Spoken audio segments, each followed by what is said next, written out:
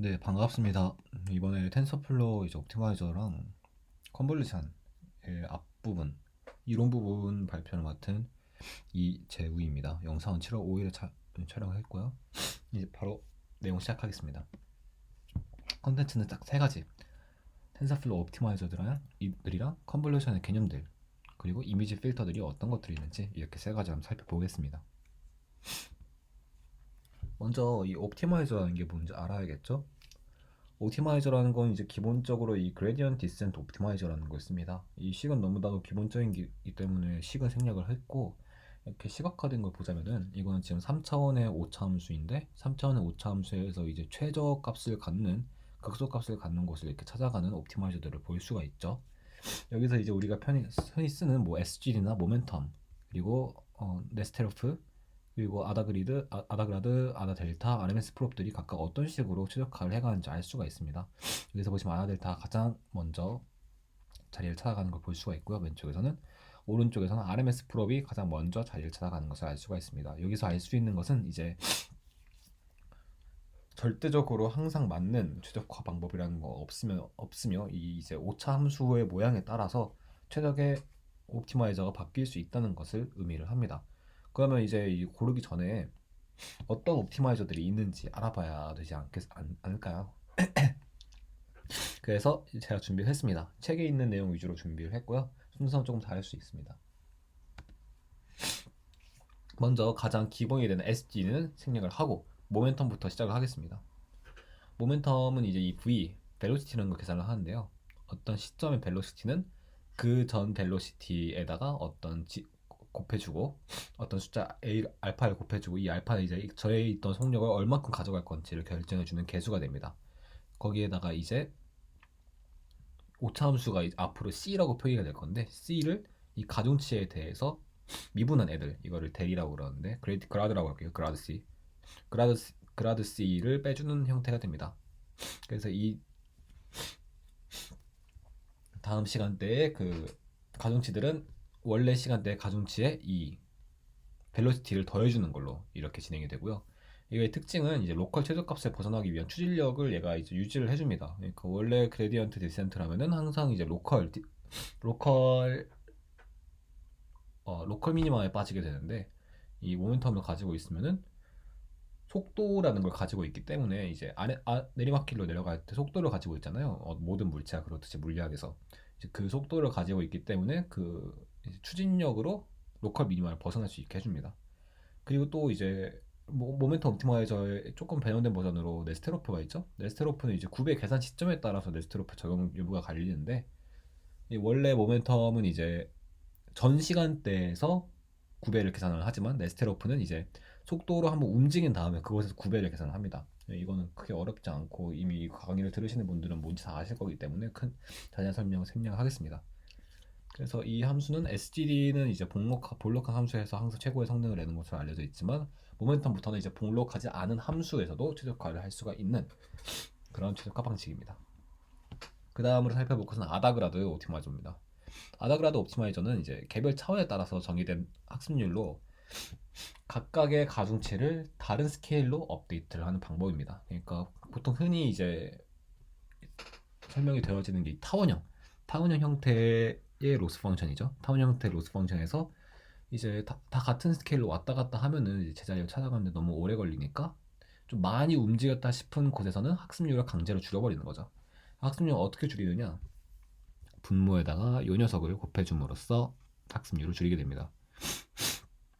이제 이거를 좀 더 세련된 표현으로 나타내자면, 그러니까 이거는 이 i라는 게 붙어있는 게 교재는 자주 나오는데, i는 이제 각각 그 가중치 하나에 대한 업데이트라고 보시면 될 것 같고요. 이 밑에 i가 없고 델 연산자로 나와 있는 거는 전체 그 어, 매트릭스에 대한 최적화라고 보시면 될 것 같습니다. 그래서 이거를 보기보다는 이걸 보는 게 맞을 것 같고요.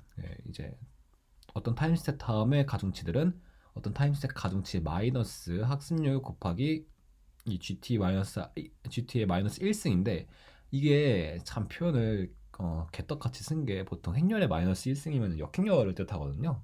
근데 여기서는 역행렬이 아니라 이걸 뜻하는 것 같더라고요. 참 저도 어처구니가 없었습니다, 읽으면서. 그래가지고 참 좀 책을 대충 쓰지 않았나 싶은 생각이 좀 들었고요. 이거에다가 이제 그라드 C를 곱해주는 걸로 아다그라드 옵티마이저는 진행이 됩니다. 그러니까 어떻게 되는 거냐면 이거에다가 그라드 옵티마이저는 이제 제 정리 노트를 보면 알 수 있을 텐데 이거 벡터거든요. 그라드 옵티마이저, 그라드 C. 그래서 이 둘이 곱하는 건데 행렬 곱하는 건데 여기에다가 이제 그라드 C가 이렇게 곱해져 가지고 착착착착착 더하면은 잘 나오게 됩니다. 이거를 세타 t에서 빼주는 걸로 가중차 업데이트를 해주는 겁니다. 각 차원별 매개 변수가 다른 속도로 업데이트된다는 거 아까 말을 했고 희소한 데이터 세트에 대해서 좋은 성능을 나타냅니다. 특히 그러면 어느 거에 좋겠어요? 자연어 처리에 좋겠죠? 뭐 엄청 어려운 단어들 같은 거는 이제 가끔밖에 안 나올 거 아니에요. 근데 이제 이런 거는 학습을 많이 해주고 뭐 나, 너, 우리 같이 자주 나온 단어는 아주 조금씩 학습을 해줘가지고 이제 가중치의 편향을 좀 막아주는 그런 옵티마이저가 될 수 있겠습니다. 별도 학습률 스케줄링이 필요하지 않아요. 왜냐하면은 이 친구가 스케줄링을 해주기 때문에. 그리고 아까 자연 처리에 좋다는 것도 아까 말했고요. 결국 학습률이 너무 작아져요. 근데 얘는 왜냐면 G를 보시면은 이게 밑에 G거든요. G.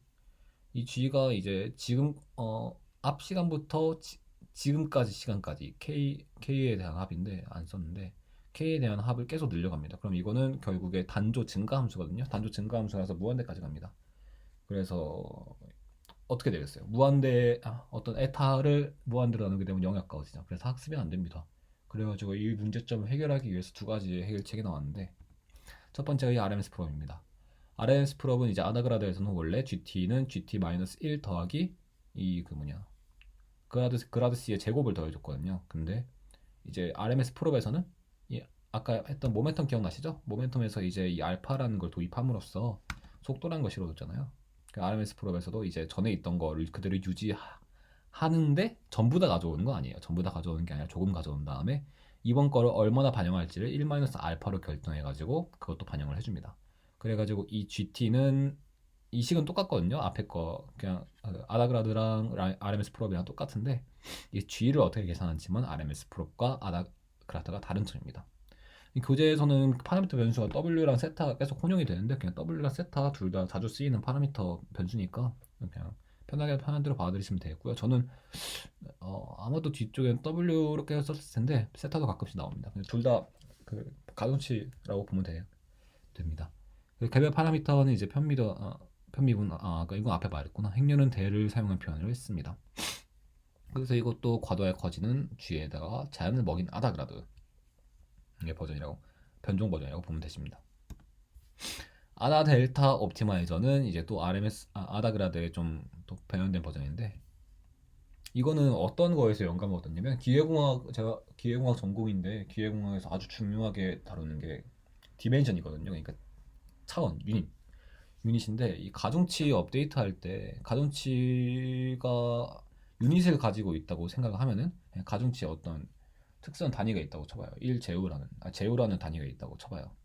그러면은 제우는 제우끼리만 계산이 돼요.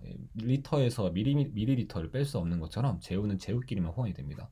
근데 앞에 있는 애들을 보면은 이 세타를 세타로 나누지 않고 다른 차원으로 나눠주거든요. 그래서 이게 문제가 되는 거예요. 이게 문제가 된다고 생각한 거죠. 분명 물리를 좀 친 사람일 거예요. 그래가지고 이 차원을 내가 맞춰주겠다 해가지고 이 아이디어를 냈습니다. 지금 왼쪽에 있는 식 읽어봤죠. 어차피 이해가 먼저 안 될 테니까 뉴턴스 메소드가 뭔지부터 알아봅시다. 뉴턴스 메소드는 이제 가장 기본적인 수치 해석 방법 중에 하나로 어떤 해를 수치 해석적으로 구할 때 가장 간단하게 쓸 수 있는 접근법으로 쓰이고요. 보통 이런 식으로 됩니다. W라고 썼고요. W의 T 플러스 1 시점은 WT에다가 W의 증분만큼을 빼줍니다. 이거를 이렇게 쓸 수가 있어요. WT에다가 FW 나누기 F 프라임 W. 이거는 이제 그림으로 그리면은 아주 유명한 그림이 되는데 그거는 궁금하신 분들은 지금 굳이 필요는 없으니까 찾아보시고 싶으신 분은 찾아보시고 뉴턴 증분 단위에 대한 해석을 보시면은 이거는 제가 어떻게 뭐 머리 쥐어 짜면서 생각을 해본 건데 이 증분은 W를 얼만큼 빼줬는지를 얘기하는 거죠. FW를 F 프라임 W 나눈 거예요. 그쵸? 음, 근데 이 FW의 범위는 일단 FW는 이거 로스 펑션입니다. W로 로스 펑션 하는 건 뭐가 나와요? 이건 C랑 똑같은 얘기죠. C equal FW입니다. 그리고 F 프라임 W는 델 W예요. 이거 잘못 썼다. 델 C인데. 이거 델 WC입니다. 델 WC. 델 WC고 이거는 이제 뭐랑 비례하냐면 델 C, 델 W, 그 다음에 위권 델 제곱 W, C랑 비례를 합니다. 정확하게. 왜냐면은 이거에다가 W로 편미분한 거거든요. 위랑 아래랑 동시에. 그러면은 이게 단위가 어떻게 되냐? 이건 이제 W로 두 번 나눠준 거고 이건 W로 한 번 나눠준 거죠. 그냥 간단하게 원래는 그렇게 생각하면 안 되긴 하지만 간단하게 생각하면은 지금 C는 무차원수, 가중치는 제로라는 유닛을 가지고 있는 거예요. 이거는 그러면 W란 걸로 두 번 미분했으니까 두 번 그라드 때렸으니까 얘는 1 나누기 제우 제곱의 유닛을 갖고 있고 위에 거는 1 나누기 제우의 유닛을 갖고 있습니다.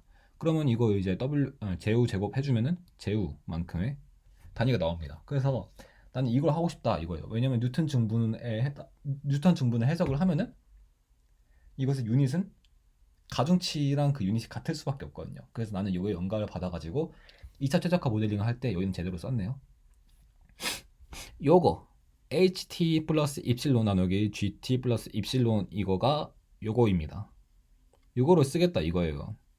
근데 요거는 지금 보시면은 어렵죠? 요 부분이거든요. 요 부분. 이게 지금 델타 W잖아요. 델타 W. 델타 W에서다가 이걸 나눠주면은 이 제곱만 남게 되죠. 이 제곱만 남게 되니까 이거랑 비례관계예요.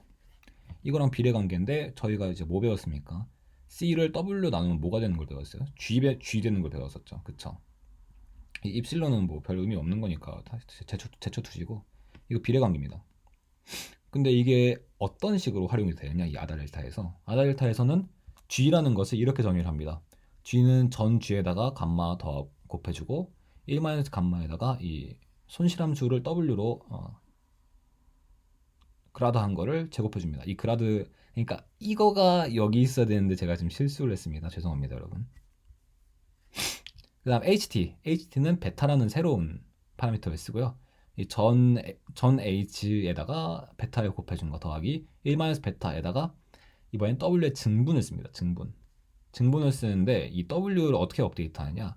이거에다가 이거 뭐야? 루트를 씌워준 거였어요. 그러면은 이 H 위에 거는 뭐랑 같겠습니까? 이거 세모 W랑 같거든요. W의 증분이랑 같아요. 그러니까 W의 증분이랑 같고 이거는 그라드 C랑 똑같습니다. 그럼 뭐가 되느냐? 이거랑 똑같은 거거든요. 그러니까 이거는 내가 이걸 뉴턴 증분으로 나타내겠다는 뜻이에요. 이해가 되십니까? 이 뉴턴 메소드예요. 그러니까 전혀 그렇게 안 보이지만 이게 뉴턴 메소드랑 똑같은 형식입니다. 그 뉴턴 메소드를 좀 인공지능식으로 새롭게 모델링 해가지고 모델링을 한 거예요. 그러니까 네. 모델링을 했다고 합니다. 모델링 한 거라고 생각을 합니다. 저는. 그래서 이런 식으로 모델링을 한 거고 그래서 이것의 모델과 유닛과 이것의 유닛은 똑같습니다. 이거 이해 안 되면은 제가 지금까지 설명한 거를 다시 한번 들어보시기를 권장드리고요. 자 보시면은 다시 설명드리자면 이 그라드 C의 제곱이고요. 이게 그라드 C의 제곱이고 이게 그라드 C입니다. 또 이게 W 증분입니다. 무슨 소리? 네네네. 어쨌든 다시 설명하면 이게 이거고 여기다가 세모 W를 곱해줌으로써 유닛이 통일이 되는 거예요. 이 W의 유닛으로 제우로. 그래서 단위 통일을 위해서 2차 최적화 함수를 모델링한 아다델타 옵티마이저를 마쳤습니다. 여기 부분이 좀 어려웠을 거라고 생각이 되고요. 일단 뭐 어려웠으면은 다음에 질문 시간에 해결을 하고 아담 옵티마이저로 넘어가겠습니다. 얘가 오히려 좀 더 설명이 쉽죠. RMS의 장점인 차원별 업데이트와 모멘텀 방법을 동시에 채용한 거고요. M과 V가 이제 학습에 막 시할 때는 0이거든요. 그걸로 계산되는 오류를 막기 위해서 편향되지 않은 M과 V를 이걸 통해서 계산을 합니다. 잘 모르겠으면 아담 써라. 이거 누가 말하는 말인지 모르겠지만 모두가 아는 말이죠. 무조건 아담으로 합니다. 처음에는. 그래가지고 이거는 M이랑 V가 이런 식으로 돼가지고 이건 다 특별한 설명이 필요가 없을 것 같고요. G 그 앞에 아다그라보다 좀 더 쉬울 거라고 생각을 합니다. 근데 이게 좀 더 세련된 방법이다 정도로 생각하시면 될 것 같고, 아담은 워낙 유명한 거기 때문에 다들 아실 거라고 생각하고 넘어가겠습니다. 자, 이제 컨볼루션에 대해서 이제 들어가는 거죠. 컨볼루션은 이제 또 공대생들이 한 1년 가까이 울부짖으면서 배우는 수학 개념입니다. 그걸 이렇게 아주 짧은 시간에 압축해서 말하려니까 사실 쉽지가 않았는데요. 중요한 건 계산이 아니라 개념입니다. 뭐 계산할 거면 계산기가 다 해주죠, 사실. 그러니까 저는 계산 위주보다는 그냥 개념 위주로 설명을 해드릴 거고요. LTI랑 LSI라고 하는데 사실 둘이 똑같은 거거든요. LTI는 Linear Time Invariant System이고 LSI는 Linear Shift Invariant System이에요. 그러니까 뭐 시프트의 불변적이다, 시스템, 아니 시프트에 대해 불변하다, 타임에 대해 불변하다, 뭐 똑같거든요, 사실. 타임이 시프트 된다는 의미를 갖고 있기 때문에 애초에 본질적으로 이 두 개 같은 겁니다. LTI는 시계열, LSI는 공간적이라고 생각하시면 되고요. 모든 기계, 전자전기, 화학 시스템의 기본 전제를 깔고 들어갑니다. 이게 충족되지 않는 시스템은 공학 시스템이 아니에요. 그 예시로 헤어드라이기라는 걸 갖고 왔는데, 이 헤어드라이기는 저희가 언제 사용하는지에 상관없이 뜨거운 바람을 출력을 해줘가지고 머리를 말릴 수가 있게 되죠. 이게 그러니까 교류전기라는 시그널을 공기 압력으로 바꿔주는 시스템입니다, 이게. 근데 뭐에 상관없이 내가 이거 언제 키든지에 상관없이 킬 수가 있는 거죠. 그러니까 타임 인베리언트 한 거예요. 그래서 LTI 시스템이라고 씁니다. 보다 엄밀한 수학적 정의는 시스템을 이루는 매개 변수들이 시간의 영향 아래 있지 않는 시스템이라고 생각하시면 되는데, 이게 뭔 개소리냐 하시면은, 시스템을 이루는 매개 변수들이라고 하면 이 헤어드라이기 예시를 들면은, 헤어드라이기 안에 있는 뭐 코일들이나 펜 같은 거는 시간이 흐른다고 해서 변하지 않죠. 뭐 물론 한 500년 지나면 변하겠지만 지금 당장 생각을 해보면은, 근사화 시켜보면은 지금 당장 헤어드라이기가 시간에 따라서 변하지가 않죠. 그렇기 때문에 이거는 이제 LSI라고 할 수 있는 겁니다. LTI라고 할 수 있는 겁니다. 그 같은 의미에서 더 이상 학습하지 않는 이미지 클래시파이어 네트워크, 그러니까 학습이 다 된 인공지능 네트워크와 이미지 필터는 이제 보면 파라미터가 변하지 않죠, 시간에 따라서.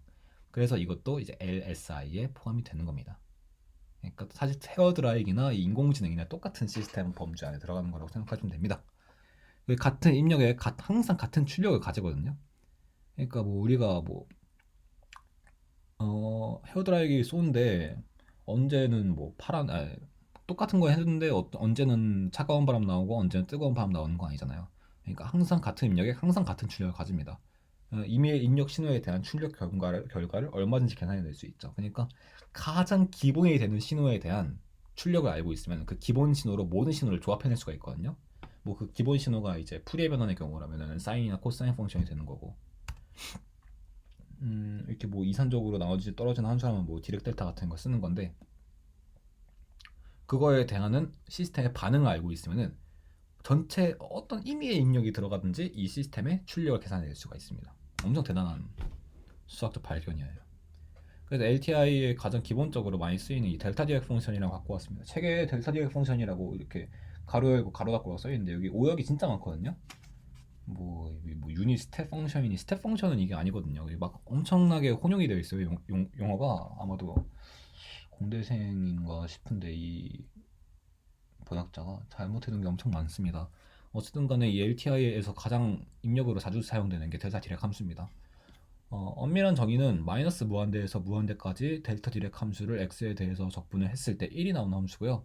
근데 이거는 아주 오묘한 함수인 게 dx는 x가 0이 아닐 때 0입니다. x가 0이 아닐 때 무조건 0입니다. 그러니까 x가 0일 때 아니면 x가 어떤 포지션에 있을 때 거기서 무한대만큼의 값을 가지거든요. 근데 이걸 적분하면 넓이가 1이에요. 그러니까 실상으로 존재하지 않는 함수고요. 뭐 보통 이제 공학에서 모델링 할 때는 이렇게 높이를 h 1 나누기 h, 폭을 h로 가지는 이런 함수로 모델을 해서 씁니다, 보통. 그리고 아주 중요한 성질이 하나 있습니다.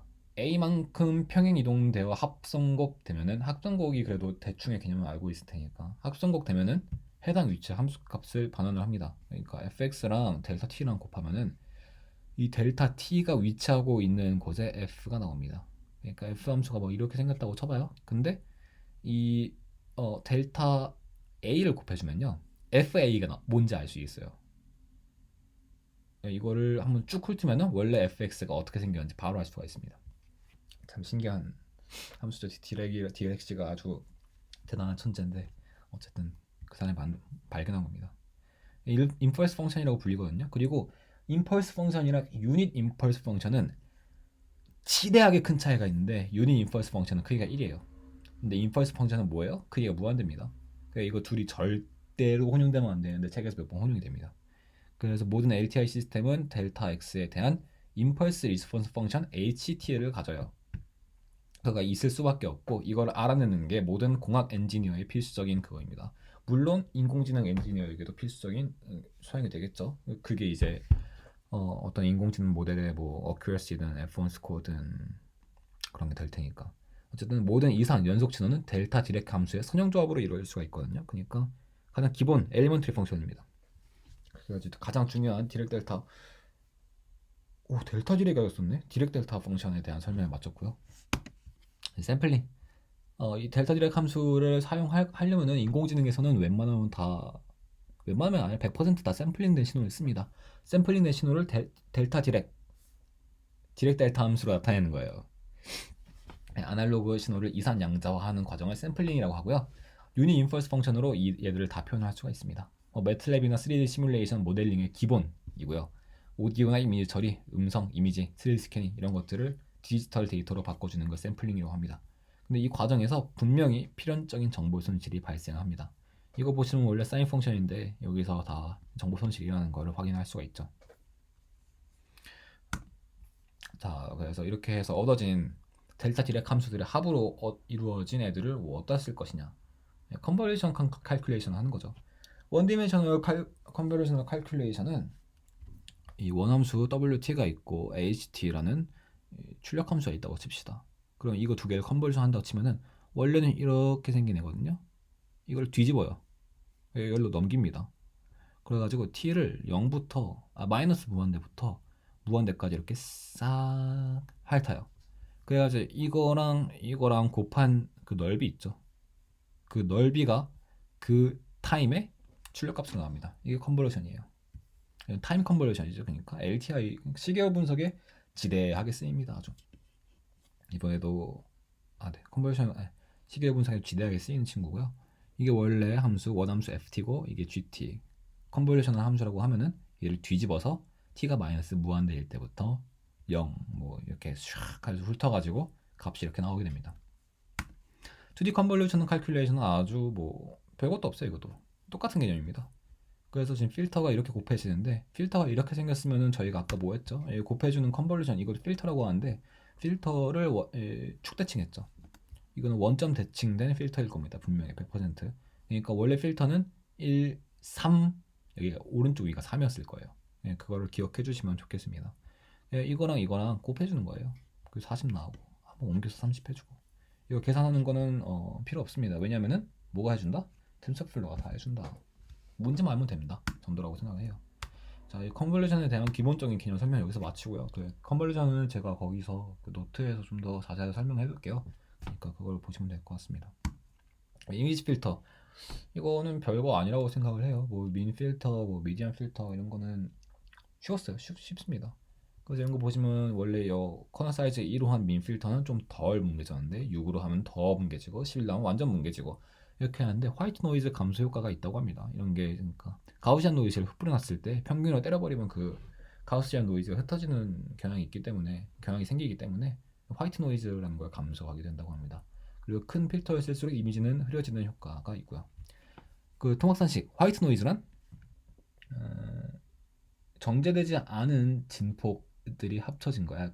파장들이 합쳐진 걸 화이트 노이즈라고 합니다. 그러니까 푸리에 변환의 관점에서 보면은 어떤 특별한 규칙에 의해서 주파수가 정렬되어 있는 것이 아니라 주파수가 막 마구잡이로 섞여 있고 그 주파수 크기도 마구잡이로 섞여 있어가지고 아주 잡다한 잡음이라고 보면 될 것 같습니다. 그래서 화이트 노이즈라고 하면은 사운드는 바닷소리 같은 것도 화이트 노이즈의 일종이고요. 말소리 같은 것도 어떻게 보면 화이트 노이즈라고 생각할 수가 있겠습니다. 뭐 신호 처리, 결국엔 인공지능도 신호 처리를 위한 기구니까 이런 거 알아두시면 괜찮을 것 같고요. 이 메디안 필터라는 거는 이 중간값을 가져오는 거기 때문에 이렇게 점박이 박혀 있는 점오염을 감소하는 효과가 있습니다.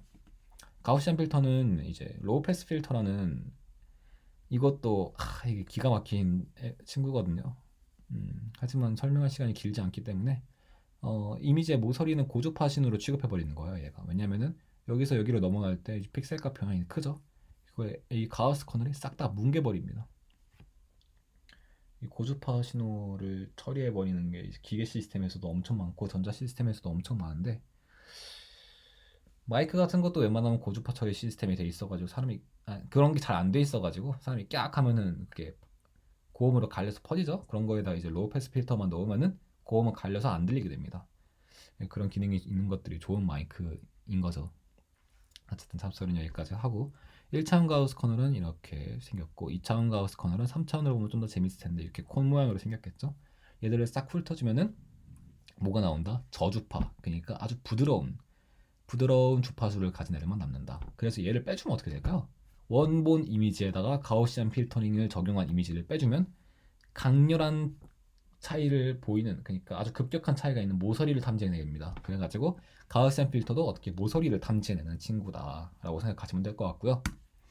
이 그레디언트 베이스드 필터라는 거는 편미분계수를 이제 인공지능 이산으로 모델링한 거예요. 그래서 이미지 XY라는 함수가 있다고 치면은 이거를 이제 바로 옆에 있는 거랑 내 원래 자리랑 빼가지고 이걸 H로 나누는 게 미분계수잖아요. 그래서 이걸 따라한 겁니다.